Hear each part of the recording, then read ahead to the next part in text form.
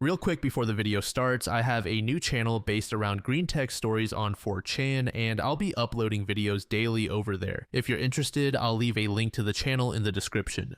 Hey everyone, welcome back. I'm Michael, and we're going to be getting right back into some more Reddit stories. If you enjoy the video, make sure to leave a like and subscribe. Now, without further ado, let's begin. This story was posted by a user named Prestigious Ice in the AITA subreddit. The post is titled, "I grabbed my newborn from my sill. I, a 28-year-old female, had my son Kyson 4 months ago. At 22 weeks, I was diagnosed with partial placenta previa, and we were hoping and praying it would resolve. However, at 28 weeks, I was told I had complete placenta previa. This news hurt because I had a birth plan, but my doctor still closely monitored it, even though he made it clear that there was a lower chance of resolving it and that I might need a cesarean section. At 35 weeks, I had heavy bleeding, so I delivered my beautiful baby boy through an emergency cesarean section. My son was in the neonatal intensive care unit for 2 weeks before we got to go home. 2 weeks ago, there was a family party at my mother-in-law's house. I was sitting in the ladies' room when Kyson started crying. I breastfed him while chatting. Nobody had a problem with that. After that, I handed him to my sister-in-law since she wanted to play with him. While she was holding him, she said something. They started talking about my sister-in-law's labor and she said it was a breeze. Then I said, "Aw, that's nice. I hope to have a natural birth with my second someday." She said, "A natural birth needs preparation during the whole pregnancy." Then she went on to say, "You never worked out or got active much." I told her it was because of the placenta previa situation. This woman literally said, "That's not an excuse though. I had round ligament pain and I still managed to keep active." I told her I was on bed rest for half my pregnancy and had too many hospital visits, so I didn't want to do anything that might put me in danger. Then she said, "Your body can feel the nerves and it reads accordingly. You should have relaxed and let nature take its course. That's how natural births work. The cesarean section was avoidable." I told her to go away, took my baby out of her arms, and went to my husband. We left after that. Apparently, she told anyone who asked where I was that I got sensitive and left the party. After a few days, she asked to see Kyson, and I said I wasn't comfortable being around her at the moment. She accused me of weaponizing my son and using him to hurt her.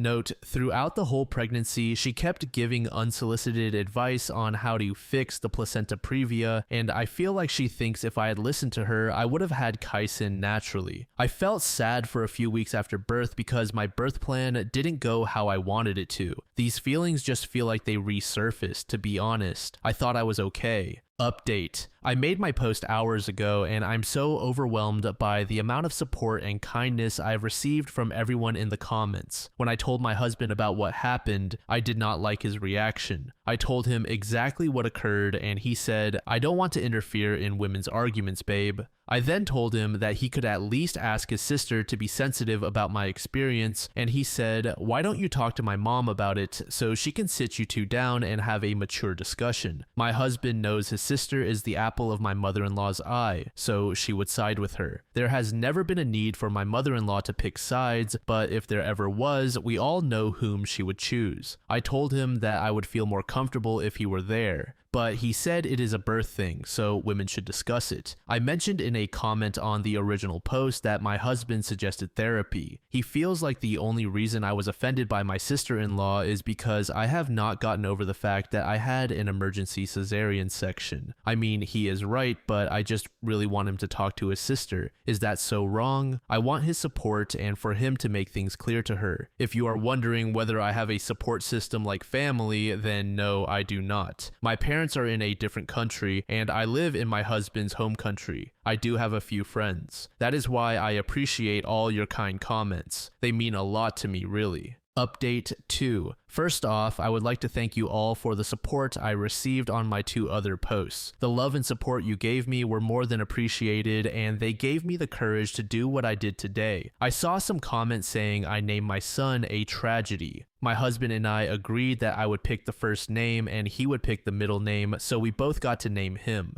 If you do not like the name, then I do not know how to help you with that. Besides, I did not want his first name on the post, so I used his other name, Kyson. I now realize that I could have just used a fake name. Today, a lot happened. I talked to my sister-in-law and mother-in-law, and I also talked to my husband. It went terrible. Actually, that is an understatement for what happened today. My talk with my sister-in-law and mother-in-law took place at my mother-in-law's house at around 10 a.m. I got there, and they were already there. I expected my husband to have gone with me, but he did not. My sister-in-law got to the point and asked me why I was so upset with her. I reminded her of all that she said to me, and she said, "Was I wrong though? You are just offended that I spoke the truth." I remembered all the advice I got from your comments, and I told her what I had learned about placenta previa and her misinformation. I also told her about the difference between round ligament pain and placenta previa and what I went through. She rolled her eyes and said that is what doctors want to do so they can make money off cesarean sections. My mother-in-law sat there the whole time defending her and saying I should not take it to heart, while my sister-in-law still stood by all she said. My sister-in-law called me incompetent and sensitive, so I said some colorful words and was walking out. By the way, I was baby wearing. She grabbed my arm and pulled me, telling me she was not done talking and that I was walking away with her nephew. I told her to let me go or I would get her arrested for handling me in that manner, so she let go. I told them when they were ready to behave like adults, they would see Kyson. I was so scared of standing up for myself, but I did it. My hands were shaking, lol. I got home and my husband was not there, so I put Kyson down for a nap and called my dad. I spilled everything to him and he was furious. He told me to either move out or fly back home. I told him I had to talk to my husband first and that I would tell him how things went. When my husband got home later in the afternoon, I was breastfeeding. He came into the living room and asked how the meeting went. I could tell he was in a sour mood. I told him it went badly and he said, "Oh, I know." He told me that his mother was so hurt by my disrespect. I told him how they behaved and he said that I was trying to say his mother was a liar. So basically, his mom called and told him I was screaming and shouting at them, that I was hysterical and even rattled Kyson. My sister-in-law backed up my mother-in-law, so it was like a tag team. I explained what actually happened and he said all this drama would not be happening if I did not overreact to a few comments made at the party. I was shocked. I told him I thought he was supposed to defend me and he said he could not ruin the relationship with his family because of my insecurities.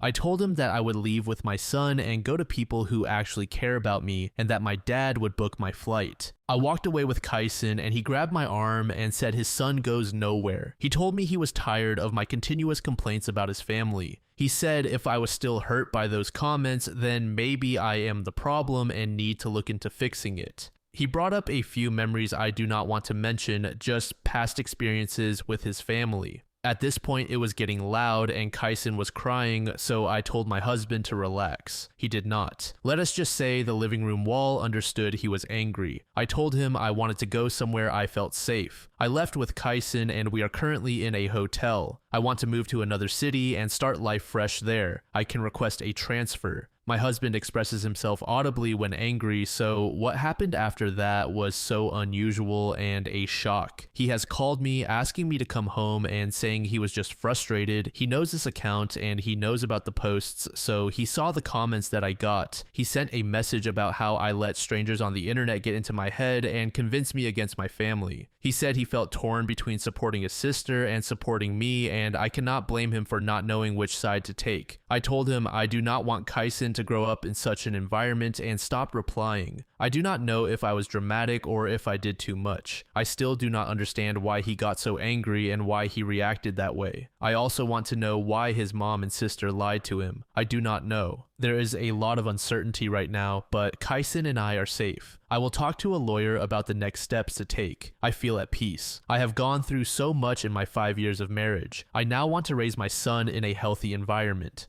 Update 3. I want to thank you for the support I received on my last post. It really meant a lot to me. I did not reply to all your comments, but I saw most of them and I appreciate all the advice I got. This is my last update for a few months. I will give a final update maybe around November or December. Happy belated Father's Day to all the wonderful dads out there, biological or not, with kids or not, you are all amazing. So the police took my statement and I showed them the bruising. They opened a file for my case. They talked to my husband and sister-in-law, advising them to keep their distance. I want to apply for a protection order so they do not come near Kyson and me. My sister-in-law, husband, and mother-in-law have not contacted me since their talk with the police. As for our marriage, it is definitely over. Since I am a foreigner, I cannot just pack and leave, especially since we have a child together. I would need his father's consent to leave the country, and we all know he will not give permission for that. I talked to a lawyer about my options and the laws around domestic violence, travel, and custody.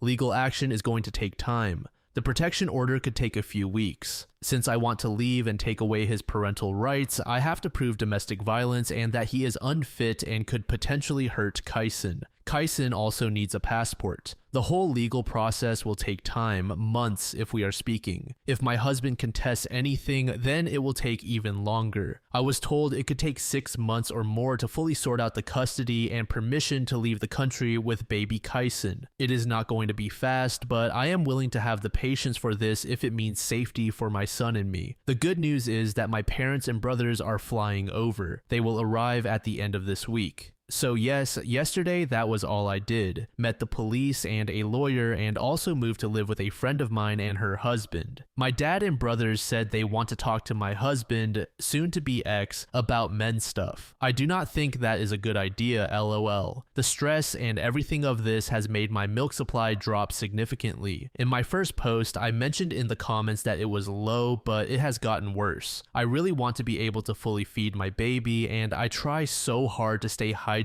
and eat well. I need sleep. Kyson has also been very fussy. This update might be all over the place, but I have made progress. Hopefully in a few months' time, I will be giving a great update from my parents' house. I have not done a lot yet, but there is so much to do. It is one step at a time. User Third Dragonite said, "It is one of those things I do not even understand. Maybe I am too much of a caveman, but honestly, it seems pretty simple. The baby is inside and needs to be outside. Then once the baby is outside, both mother and baby are healthy and happy. Good. End of story."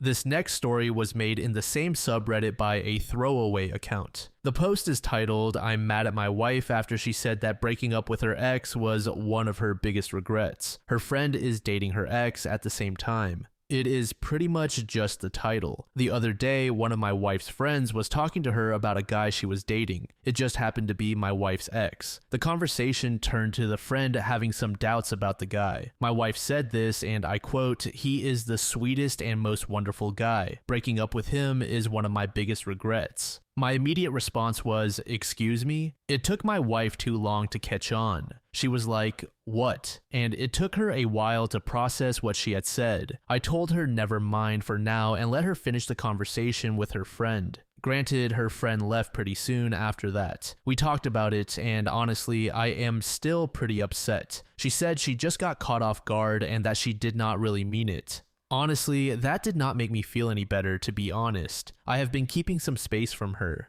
Update. It has not been good for our marriage. I feel so unloved by my wife right now. Honestly, ever since she said that, it feels like I just want to get further away from her. She still refuses to apologize and keeps insisting that she did not mean it that way. She told me she is getting sick of this. I really do not want to divorce over this of all things, and we are going to go into counseling. I want to at least try, but damn, I have never felt so lonely in my life. I do not even want to look at her. Update 2. We are separated now. We have been having trouble finding a counselor that we are both comfortable with, and fights have happened more often. I gave up on my marriage once she said that her ex probably would not be such a whiny baby and that she was right to regret breaking up with him. I think she realized what she said and tried to take it back. She said, No, I'm sorry, I did not mean it. I was already halfway done with this marriage. After hearing that, I do not think we can come back from this. I am speaking to a divorce lawyer. I feel terrible. I feel like an idiot. I feel so alone right now, I just do not know how to feel. Honestly, posting this helps a bit. It helps get my thoughts together. Foxy, sly old Stody Fox said, "Well, I guess at least one of her friends will not be siding with her over the divorce." To this comment, user Coffee U said, it depends on whether she wants to give up the ex to her or not. Then to this Tiger of Jiangdong said, I am wondering as well about the friend's reaction. I remember voting on the first one and telling him he was a consolation prize. I do not think I could come back from this if I heard my wife say something like that. It was the fact that she tried to dismiss it as not a big deal and him overreacting rather than apologizing and trying to explain what she meant. She knew she meant it the way it sounded. If I were her friend, I would tell the ex and then block her everywhere. The amount of disrespect to actually say something like that to your friend about their significant other, regardless of whether you dated him in the past. Hopefully, the ex is as good as she says and he blocks her too without needing to be told. This third and final post was made in the Entitled People subreddit by a user named FXLearner. The post is titled, Kids Dropped Off on Our Porch. I will not make this post long. It happened a few hours ago. My girlfriend and I do not have kids, so we have extra free time as we are always told by my cousin who has 4 kids, all minors. She has been joking around lately, saying we should take care of all the children because she has booked a cruise with her new boyfriend. We did not pay any attention to it as it sounded absurd and just laughed along with her. We both had an extra day off because it was a long weekend, and I heard some knocking on the door at 7 in the morning. We knew it would not be the postman as they do not arrive that early and we were not expecting any visitors. I went down to check who it was and saw my cousin's 4 kids standing out there in the cold, their mother nowhere in sight. I opened the door and brought them in because it was freezing outside and they had no jackets on. Then I asked where their mother was. They said she told them that I would take care of them while she was on her cruise, so they took the bus and came to my house. I could not believe my eyes and ears and I kept thinking, what the heck? So I called her immediately and her phone was off. I called her new boyfriend and his phone went to voicemail. I asked the kids to explain exactly what their mother had told them. They said in these words, she said since you do not have any responsibilities and have free time, you said you will look after us while she is gone. What do? I called my aunt and she said the same thing, that my cousin told her I agreed to take care of the kids. She did not even have the courtesy to drop them off and made them catch the bus on a cold winter day. I am thinking of calling child services at this point. Update. Alright, here is what actually went down a few hours after my cousin's kids showed up at our place. We were still trying to figure out what to do. We gave them food, turned the heater on, and got them settled. Still, no word from their mother or her boyfriend. Both phones went straight to voicemail. Then around 10:30 in the morning, I got a call from a private number. It was the police. They asked if I had 4 kids at my house. I said yes and explained the situation. It turned out that the bus driver who dropped them off was the one who called it in. Apparently, on the ride over, the kids told him they were going to stay with family and gave him our address. He thought it was odd that 4 young kids were traveling alone in the cold with no bags or jackets, so after dropping them off, he reported it for a welfare check just to be safe. A short while later, both police and child protection showed up at my door. They were honestly great, calm, but clearly taking it seriously. I told them everything. I showed them the text where my cousin had joked about us watching the kids, nothing confirming anything. I explained how we had no warning and that the kids just showed up saying we had agreed. The kids said their mother told them we had plenty of free time and would be happy to take them. Then about an hour and a half after that, the police told me they had gone to the cruise terminal and found her on the ship. The ship was at Circular Quay in the city, not too far from my place, and was scheduled to leave at 3:30 in the afternoon. She had already boarded, ready to sail off with her new boyfriend. They pulled her off and told her she had to come immediately, no argument. She showed up at our house looking completely unbothered, wearing a full cruise outfit, sunglasses on her head, and a lanyard around her neck. She did not even look at the kids, just walked in and said, "Did you seriously get the police involved?"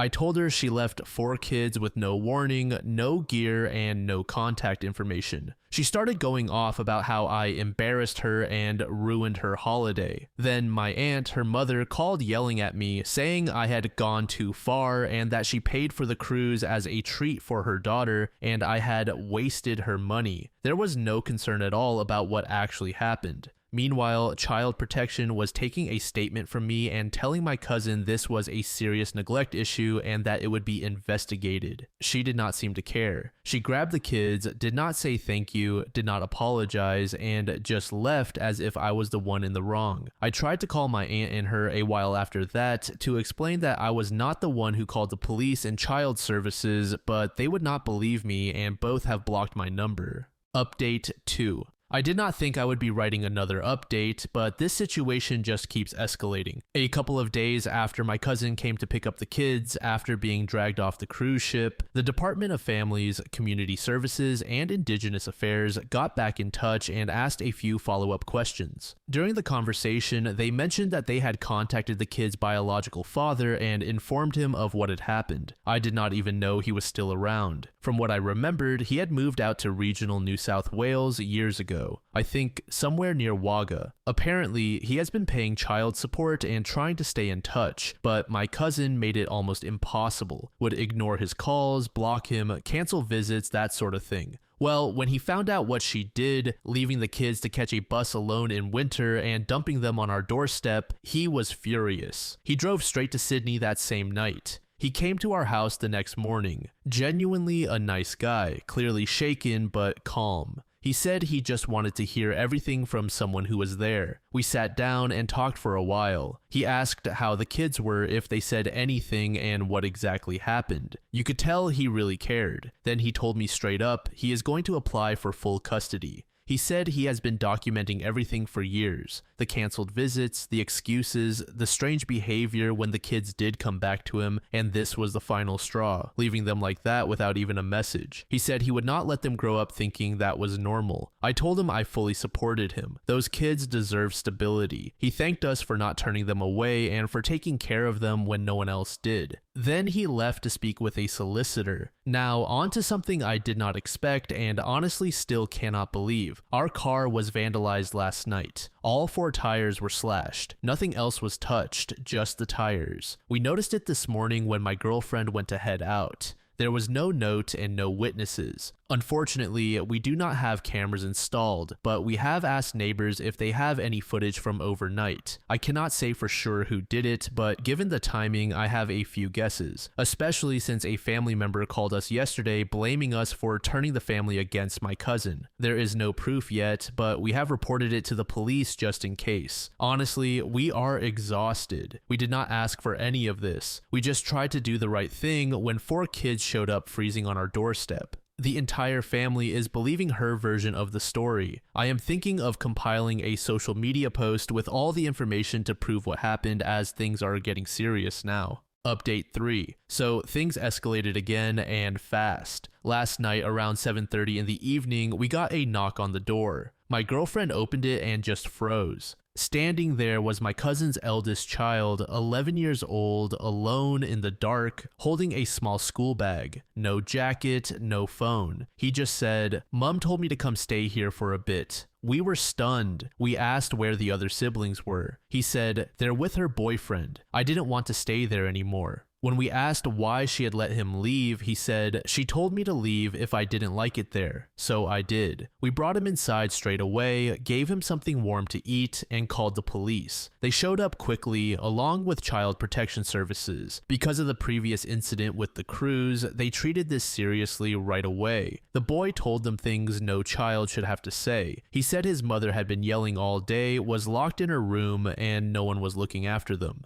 He said he remembered how calm it felt at our place and just wanted to come back. Shortly after, Child Protection Services and police went to the house. We were later told the other children were removed and my cousin was brought in for questioning. There is now an active investigation into neglect and abandonment. I do not know if it was guilt, pressure from Child Protection Services, or just everything catching up with her, but apparently she had been spiraling since the cruise incident. Then this morning, my aunt, my cousin's mother, showed up at our door absolutely furious. She started screaming at us saying I had destroyed the family, turned the kids against their mother, and that I stole her kids from her. She even yelled, "That cruise was the first time she was happy in years, and you ruined it because you do not like kids." We shut the door and reported it. The police advised us to keep a record and said we can apply for a protection order if it happens again. Later that afternoon, I got a call from the biological father's lawyer. He is officially pursuing full custody and asked if I would be willing to provide a character reference and a statement about what happened, what the kids said, how they were when they arrived, and how we were involved. I agreed without hesitation. I did not ask to be in the middle of this, but if it helps those kids get to a better place, I am in.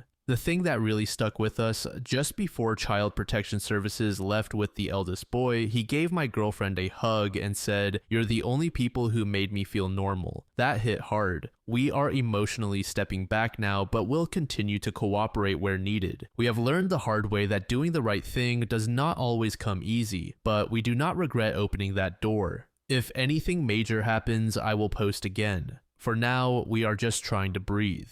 Copper Todd said, "Can I just say, as an Australian, I have unfortunately seen countless cases where the Department of Communities and Justice moves incredibly slowly to remove children from disgusting abuse, including clear signs and confessions of sexual abuse, because children should stay with family at all costs. Then in other cases, they move very quickly. Someone I know was removed from their father within 24 hours of a claim of sexual abuse, even when the alleged victim claimed it did not happen. I had friends growing up who were in group homes because there were so few foster families willing to take teens, and they said the conditions were appalling. Then other friends in group homes said it was the best thing they had ever experienced. Like in America, the system is seriously flawed." To this comment, user Kalisha Page said, "As someone who has worked in child protection in Australia for 10 years now, I can say the system is flawed, especially when it comes to placements for children. If there are no good family members to care for teenagers, then we know how poor the circumstances will be for them."